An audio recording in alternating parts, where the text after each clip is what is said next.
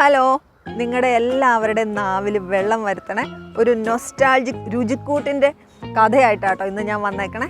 എൻ്റെ ഗ്രാൻഡ് മദറിൻ്റെ കുറേ നല്ല നല്ല റെസിപ്പികളുണ്ട്. അതിൻ്റെ അകത്ത് ഒരെണ്ണത്തിനെ പറ്റിയാണ് ഞാൻ പറയാൻ പോണേ. പക്ഷേ ഇതൊരു കുക്കിംഗ് വീഡിയോ ഒന്നും അല്ല കേട്ടോ, സാധാരണ പോലെ കഥയൊക്കെ പറഞ്ഞുകൊണ്ടുള്ള ഒരു സംഭവം. ഇന്നത്തെ എൻ്റെ വീഡിയോയിലെ മെയിൻ കഥാപാത്രം ആരാന്നറിയാവോ? നെല്ലിക്ക. വെറും നെല്ലിക്കയല്ല, കരിനെല്ലിക്ക അല്ലെങ്കിൽ നെല്ലിക്ക കറുപ്പിച്ചത് എന്ന് പറയും.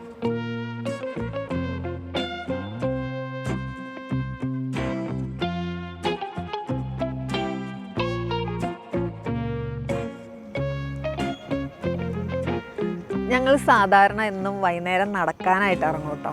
അപ്പോൾ ഞങ്ങളുടെ തൊട്ട് അപ്പുറത്തുള്ള ഒരു വീട്ടിലത്തെ ഒരു ആൻറ്റി ഉണ്ട്. അപ്പോൾ ആൻറ്റീനെ ഇടയ്ക്കൊക്കെ കാണാറുണ്ട്. അപ്പോൾ ഇന്നാളെ ആൻറ്റി ഞങ്ങളെ കണ്ടപ്പോൾ ചോദിച്ചു, നിങ്ങൾക്ക് നെല്ലിക്ക വേണമെന്ന്.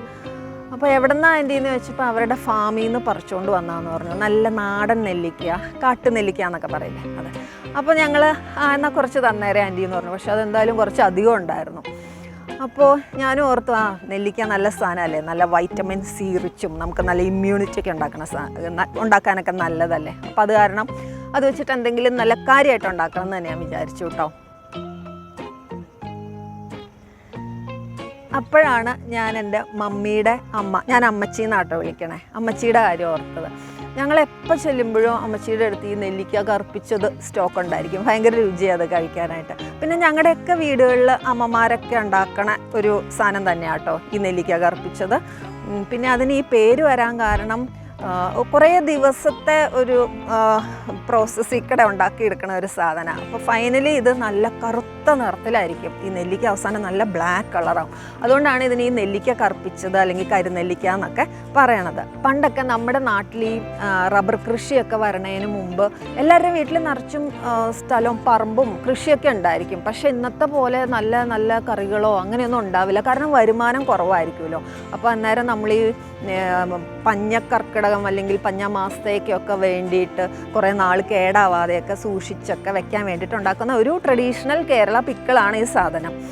എനിക്ക് തോന്നുന്നു ഈ തിരുവിതാംകൂർ സൈഡിലുള്ള മലയോര കർഷക ഫാമിലികളിലൊക്കെയാണ് ഇത് കൂടുതലായിട്ടും ഉണ്ടാക്കുന്നത്. അപ്പോൾ ഈ അന്നൊക്കെ ശരിക്കും പറഞ്ഞിട്ടുണ്ടെങ്കിൽ പറമ്പിൽ എല്ലാവരും നല്ല പണിയൊക്കെ എടുക്കുകയല്ലേ. അപ്പോൾ രാവിലെ ഇച്ചിരി തണുത്ത ചോറിൻ്റെ കൂടെ അല്ലെങ്കിൽ പഴഞ്ചോറിൻ്റെ കൂടെ ഇച്ചിരി തൈരും ഈ ഒരു കരിനെല്ലിക്ക് ഒരു സൈഡിൽ ഒരു ഇച്ചിരി ഉണ്ടെങ്കിൽ ഉണ്ടല്ലോ, നല്ല വൈകുന്നേരം വരെ നല്ല പണിയൊക്കെ എടുക്കാനായിട്ടുള്ള നല്ല എനർജി കിട്ടാനുള്ള നല്ലൊരു ഫുൾ എനർജി പാക്ഡ് ബ്രേക്ക്ഫാസ്റ്റും കൂടെ ആയിരുന്നു അന്ന് ഈ കരിനെല്ലിക്കയൊക്കെ കൂട്ടിയിട്ടുള്ള ഈ രാവിലത്തെ ഈ ചോറുണ്ണൽ. പിന്നെ എൻ്റെ മമ്മി എന്നോട് പറയാറുണ്ട് കേട്ടോ, മമ്മിയൊക്കെ പണ്ട് സ്കൂളിൽ പഠിച്ചുകൊണ്ടിരുന്ന സമയത്ത് അമ്മച്ചി ഇങ്ങനെ ചോറ് കൊടുത്തു വിടണത് നമുക്കറിയാമല്ലോ. പണ്ടൊക്കെ ഇതുപോലെ ഈ വാഴയില വാട്ടി അതിൻ്റെ അകത്താണ് ഈ പൊതിച്ചോറ് കൊടുത്തു വിടണേ. അപ്പോൾ എപ്പോഴും ഈ ചോറിൻ്റെ സൈഡിലുള്ള ഒരു കറിയായിരിക്കും ഈ നെല്ലിക്ക കറുപ്പിച്ചത്. അപ്പോൾ ചോറുണ്ട് കഴിഞ്ഞ് കൈ കഴുകി കഴിഞ്ഞാലും മമ്മിയുടെ കൂട്ടുകാരികളൊക്കെ മമ്മിയുടെ കൈ ഇങ്ങനെ പിടിച്ച് മണപ്പിച്ച് നോക്കുമായിരുന്നു. എന്ത് നല്ല മണാടിയെന്നും പറഞ്ഞുകൊണ്ട് അത്രയ്ക്കും മണവും രുചിയൊക്കെ ഉള്ള ഒരു സാധനമാണെന്നാണ് പറഞ്ഞത്. എനിക്കറിയില്ല ഇത്രയും രുചിയാവാൻ കാരണം ഇനി അമ്മച്ചിയുടെ കൈപ്പുണ്യം കാരണമായിരിക്കും കേട്ടോ ചിലപ്പോൾ. അപ്പോൾ അന്നൊക്കെ വിറകടുപ്പിൽ വെച്ചിട്ടാട്ടോ ഇത് ഉണ്ടാക്കണത്. മൺകലം വിറകടുപ്പിൽ വെച്ച് ഈ നെല്ലിക്കൊക്കെ അതിൻ്റെ അകത്ത് ആവശ്യമുള്ള സാധനങ്ങളൊക്കെ ഇട്ട് ചൂടാക്കി ഉണ്ടാക്കുന്ന ഒരു സാധനമാണ്. ശരിക്കും ഒരു 10-14 ദിവസമൊക്കെ എടുക്കും ഇത് ഉണ്ടാക്കി വരാനായിട്ട്. അപ്പോൾ സാധാരണ ഏത് വീട്ടിൽ ചെന്നിട്ടുണ്ടെങ്കിലും അടുപ്പും തറയിൽ ഇങ്ങനെ ഒരു കല ഇരിപ്പുണ്ടായിരിക്കും. അപ്പോൾ ഈ അടുപ്പിൻ്റെ ചോട്ടിൽ ഇങ്ങനെ ചൂടടിച്ചിരുന്ന് അതിങ്ങനെ ഒരു കുറേ ദിവസം കഴിയുമ്പോഴത്തേക്ക് ഇങ്ങനെ കറുത്ത് അങ്ങനെ വരിക ചെയ്യണേ. ഞാനിത് എങ്ങനെ ഉണ്ടാക്കിയെന്ന് നിങ്ങളോട് പറഞ്ഞു തരാം കേട്ടോ. എനിക്ക് മണ്ണിൻ്റെ കലം കിട്ടിയില്ല. അപ്പോൾ ഞാൻ മൺകലത്തിന് പകരം ഒരു പഴയ ചട്ടിയൊക്കെ വെച്ച് ഒപ്പിച്ചു.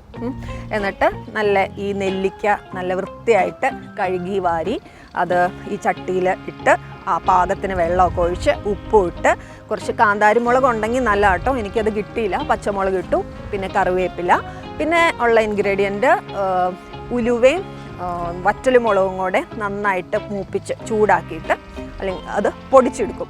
അപ്പോൾ അതും കൂടെ ഇതിൻ്റെ അകത്തേക്കിട്ട് മിക്സ് ചെയ്ത് ഒന്ന് സ്റ്റൗവിൽ വെച്ചൊന്ന് തിളപ്പിച്ചു. അത് കഴിഞ്ഞിട്ട് വാഴയില വാട്ടി അതൊന്നിട്ട് കെട്ടിവെച്ചു. അത് കഴിഞ്ഞ് പിന്നെ ഒരു നെക്സ്റ്റ് ഒരു 1-2 ദിവസം അടുപ്പിച്ച് ഡെയിലി ഒന്ന് ചൂടാക്കും കേട്ടോ, ഒന്ന് തിളപ്പിക്കും. അത് കഴിഞ്ഞാൽ പിന്നെ ഒന്നരാടം മാത്രം ഒന്ന് ജസ്റ്റ് ചൂടാക്കിയാൽ മതി, രാവിലെയും വൈകുന്നേരം. അങ്ങനെ ഒരു 10-15 ദിവസമൊക്കെ കഴിയുമ്പോഴത്തേക്കും ഇതിങ്ങനെ കറുത്ത് ദേ ഇതുപോലെ വരും. കണ്ടോ?